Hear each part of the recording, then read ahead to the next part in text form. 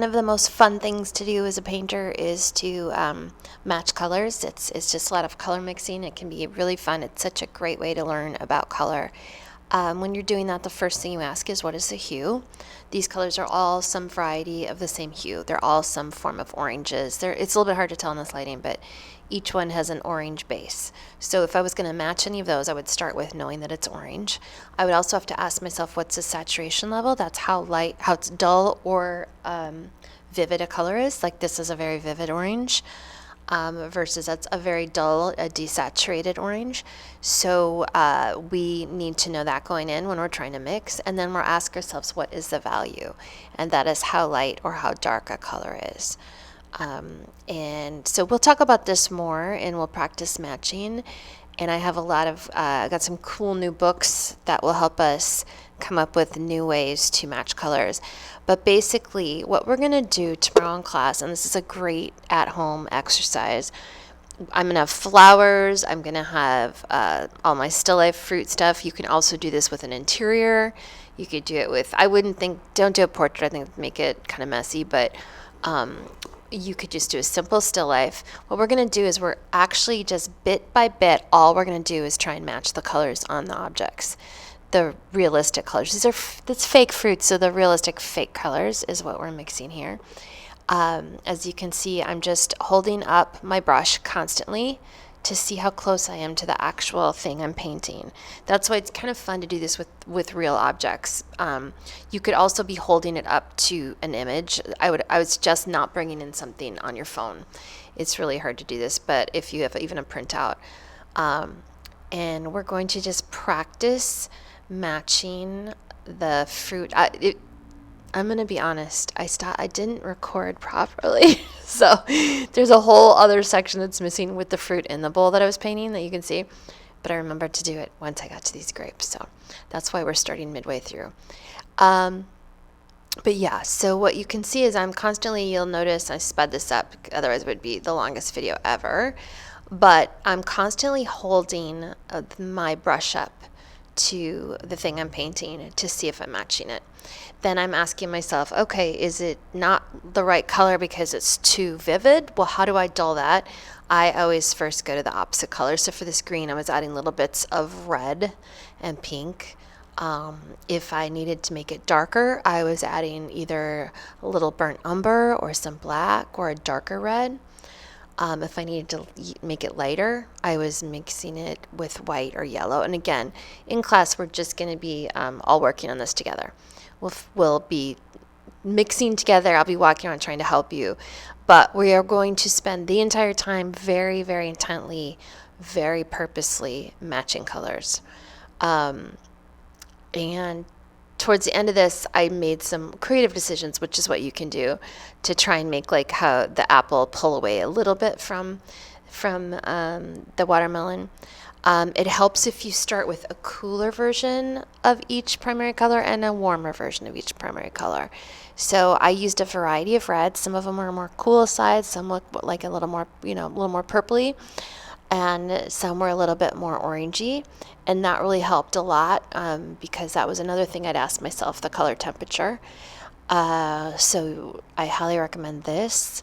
It's such a great thing to do at home. It's such a good tool to be able to mix and to hold your brush up and kind of make critical decisions about what direction you need to go to match a color. So yeah, so this is what we're going to do. You're going to either do flowers, fruit. You could bring in a photo of an interior. Again, it's going to be really hard to do if you're on your phone. I obviously have a ton of photos here and images here you can use. And so yeah, we're going to quickly do, I guess not quickly, we are going to match. We could use value finders if you wanted to. You could use color wheels if that helps you. We'll have all those around. But I really do feel like if you look at my palette, look how much mixing I did.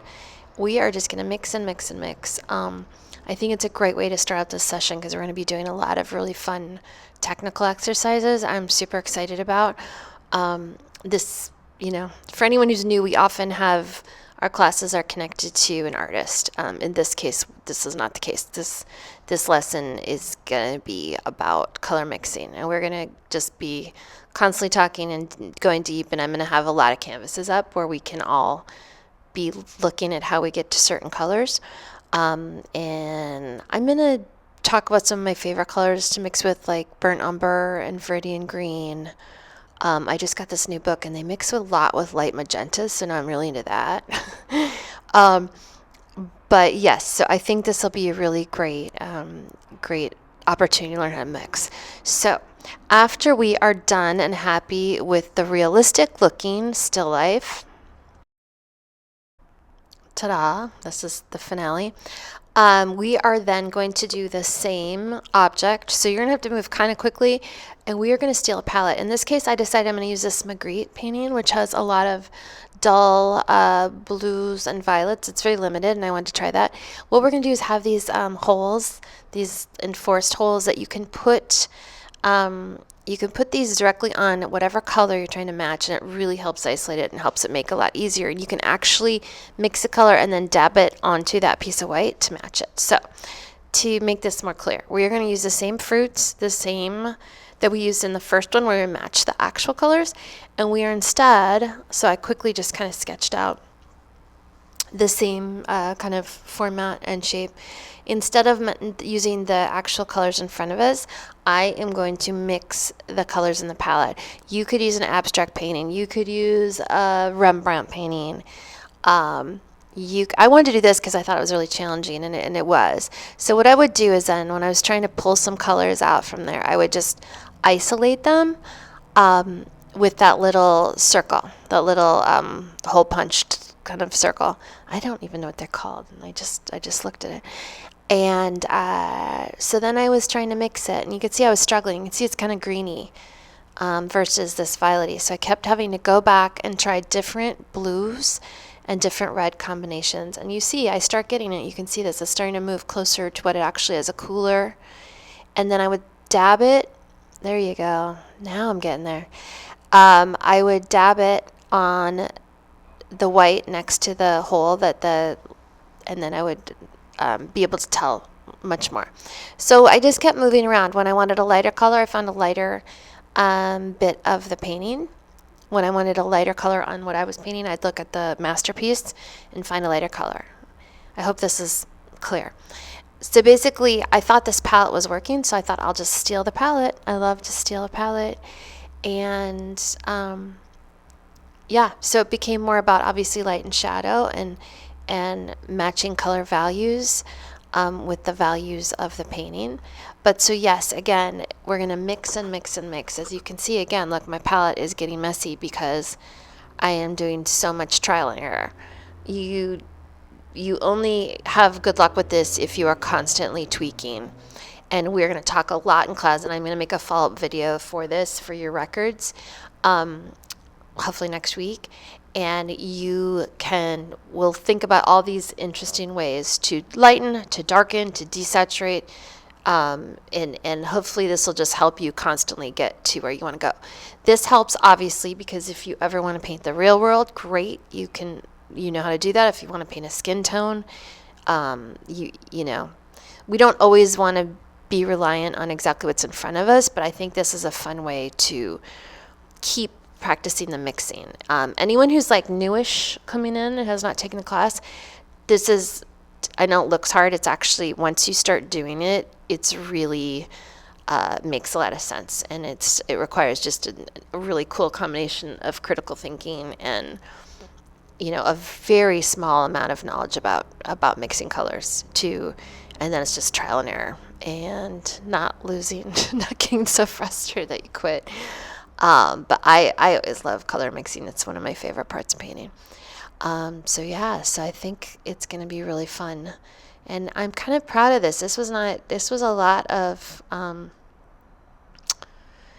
the colors were kind of challenging because, as you know, if you've taken this class before, violet is the hardest thing to mix because of the color temperature, and we will talk about that. I will say that towards the end of these paintings, I was not so happy with them. I didn't think they were that interesting or that contrasty. So I did go back in And I did kind of start going away from what was in the painting that I was copying. So in the Magritte painting, you'll notice there's not a lot of darkness and there's not a lot of difference in the saturation level. The sky is a little bit more vibrant, vivid, but most of the colors are pretty muted, and I just thought the end product was looking a little boring, so I did kind of go in and make darker and lighter. And but it's really fun to try and isolate using those little things to isolate the color.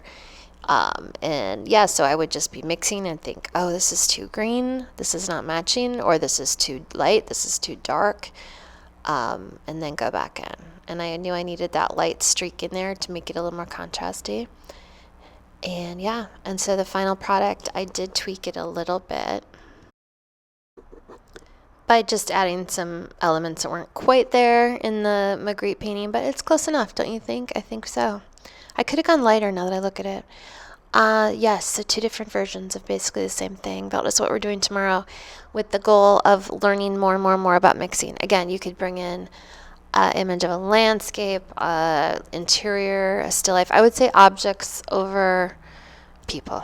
Okay, excited to start next session. Bye.